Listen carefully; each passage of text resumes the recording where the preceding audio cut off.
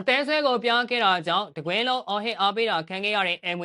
ပတ်တရောင်နက်ရှောင်းတော့မရဘူးဆိုတော့ပြသခဲ့တဲ့သွေးလင်းထက်ပြည်သူများလုံးမဲ့မိအောင်များ24 sport ကနေပြန်လဲကြိုဆိုလိုက်ပါတယ်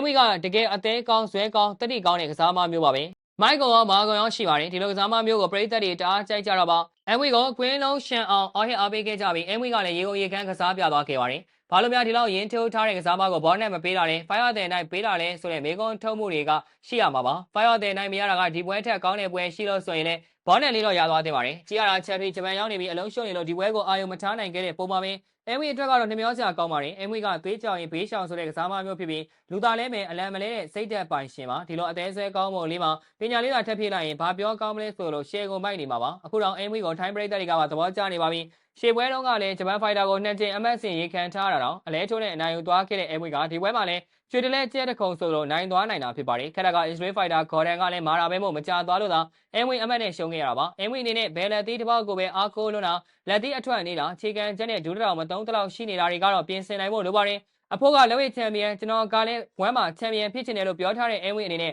ချန်ပီယံဖြစ်ချင်တယ်ဆိုရင်တော့မာကုံရှိတာလေးနဲ့လုံလောက်မှာတော့မဟုတ်ဘူးလို့ပဲဖြစ်ပါတယ်သူအသက်ကလည်း22နှစ်သားရှိသေးတာမို့အမွေထိုင်းခြင်းနေမှာပဲဖြစ်ဖြစ်သေးသေးချာချာ train လိုက်ရင်အများကြီးတိုးတက်လာမှာဖြစ်ပါတယ်။ Israel Fighter ဂေါ်ဒန်ကပညာတော်ကောင်းပြီး Thai Fighter တွေထက်တောင်မှအမွေထိုင်းမှာသူ့ကိုမနိုင်ထားပါဘူး။ Full ကျင်းညံပြီးအဝင်ထွက်လဲမှန်ပါတယ်။လက်သီးချက်တွေကထိထိမိမိနဲ့အပေါ်လိုမရှိထိုးနိုင်တာပါ။ MV ခံရချက်ကမင်းတော့မကောင်းပါဘူး။ပထမအချိန်မှာကလေးကနေနေတဲ့အပြင်ကွဲပါကွဲသွားတာမို့ MV တယောက်အလဲထိုးခံရပြီးတဲ့တော့ထင်ခဲ့တာပါ။ဒုတိယအချိန်မှာလည်းအသွေးတွေအလူလူဖြစ်နေပါပြီ။ဒါပေမဲ့ဇားကတော့မသေးပဲMV အနေနဲ့အတင်းလိုက်လုံးလိုက်ထိုးနေကြတာဖြစ်ပါတယ်။ MV ကဂေါ်ဒန်ရဲ့အမြန်နှုန်းကိုလိုက်မမီတာကြောင့်အများကြီးလည်းခံခဲ့ရပါတယ်။တတိယအချိန်မှာ MV အလဲထိုးနိုင်ဖို့ကြိုးစားသလိုဂေါ်ဒန်လည်းတက်လုံကျနေပါပြီ။နောက်ဆုံးမှာ MV တယောက်အမက်နဲ့ရှုံးနေသွားခဲ့တာဖြစ်ပါတယ်။ဒါပေမဲ့သွေးလင်းချက်ကတော့ Thai Fighter Rocky ကိုပတ်ရောင်အစွမ်းအမကန်ပြသပြီးထိုက်တဲ့နိုင်ပွဲကိုယူသွားခဲ့ပါတယ်။ရန်ဝင်ထန်းစင်နဲ့ထုတ်ခင်ရမယ်ဆိုတော့အသွားအပြန်အမားမခံတဲ့ပွဲမှာထမင်းတော်ပွဲမြင်ပြီးဝင်းတော့မြင်နဲ့ Rocky ကိုတင်းချာရီပေးတွက်ခိုင်းလိုက်တာပါ။ဝမ်းမှာ၄ပွဲကစားပြီးချိန်၄ပွဲစလုံး Thai Fighter နဲ့တွေးခဲ့တဲ့သွေးလင်းချက်အနေနဲ့၃ပွဲနိုင်တစ်ပွဲရှုံးရလက်ကိုအကောင့်ထဲပေါ်နိုင်တာဖြစ်ပါတယ်။တကယ်ဆိုရင်နှစ်ပွဲဆက်အလဲထိုးနိုင်ပွဲဆက်တင်တာဖြစ်ပြီး